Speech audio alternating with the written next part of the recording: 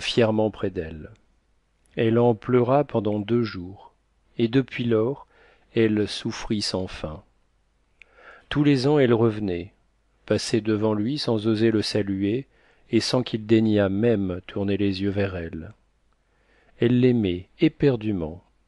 Elle me dit: c'est le seul homme que j'ai vu sur la terre, monsieur le médecin. Je ne sais pas si les autres existaient seulement. Ses parents moururent, elle continua leur métier, mais elle prit 2 chiens au lieu d'un, 2 terribles chiens qu'on n'aurait pas osé braver. Un jour, en revenant dans ce village, où son cœur était resté, elle aperçut une jeune femme qui sortait de la boutique Chouquet au bras de son bien-aimé. C'était sa femme, il était marié. Le soir même, elle se jeta dans la mare qui est sur la place de la mairie. Un ivrogne attardé la repêcha et l'apporta à la pharmacie. Le fils Chouquet descendit en robe de chambre pour la soigner et, sans paraître la reconnaître, la déshabilla, la frictionna, puis il lui dit d'une voix dure: mais vous êtes folle, il ne faut pas être bête comme ça. Cela suffit pour la guérir. Il lui avait parlé. Elle était heureuse pour longtemps. Il ne voulut rien recevoir en rémunération de ses soins, bien qu'elle insistât vivement pour le payer. Et toute sa vie s'écoula ainsi. Elle rempaillait en songeant à Chouquet. Tous les ans elle l'apercevait derrière ses vitraux. Elle prit l'habitude d'acheter chez lui des provisions de menus médicaments. De la sorte elle le voyait de près et lui parlait, et lui donnait encore de l'argent. Comme je vous l'ai dit en commençant, elle est morte ce printemps, après m'avoir raconté toute cette triste histoire. Elle me pria de remettre à celui qu'elle avait si patiemment aimé toutes les économies de son existence, car elle n'avait travaillé que pour lui, disait-elle, jeûnant même pour mettre de côté, et être sûre qu'il penserait à elle, au moins une fois, quand elle serait morte. Elle me donna donc 2327 francs. Je laissai à monsieur le curé les 27 francs pour l'enterrement, et j'emportai le reste quand elle eut rendu le dernier soupir. Le lendemain, je me rendis chez les Chouquet. Ils achevaient de déjeuner en face l'un de l'autre, gros et rouges, fleurant les produits pharmaceutiques, importants et satisfaits.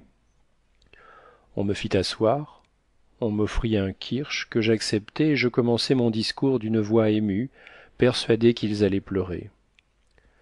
Dès qu'il eut compris qu'il avait été aimé de cette vagabonde, de cette rempailleuse, de cette rouleuse, Chouquet bondit d'indignation, comme si elle avait volé sa réputation, l'estime des honnêtes gens, son honneur intime, quelque chose de délicat qui lui était plus cher que la vie.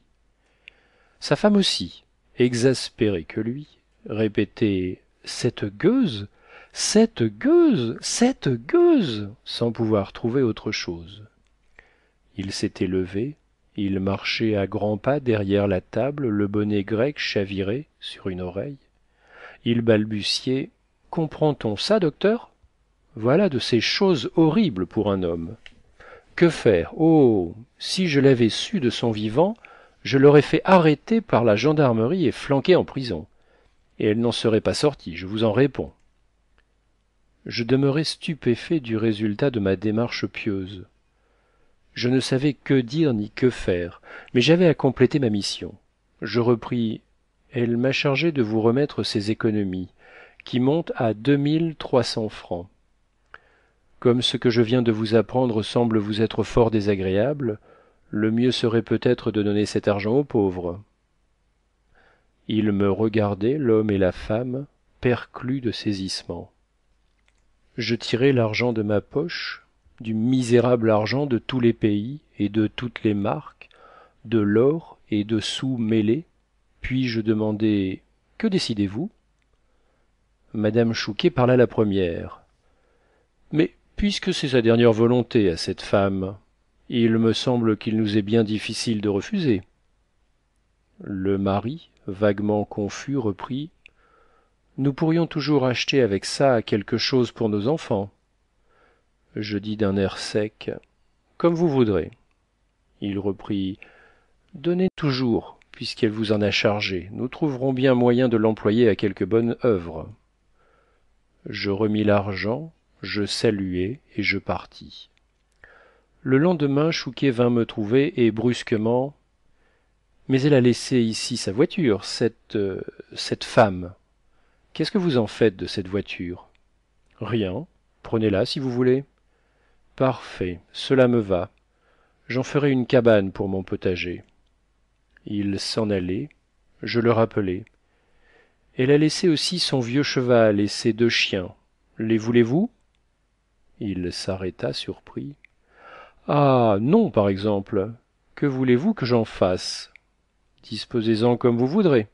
Et il riait. Puis il me tendit sa main que je serrai. Que voulez-vous?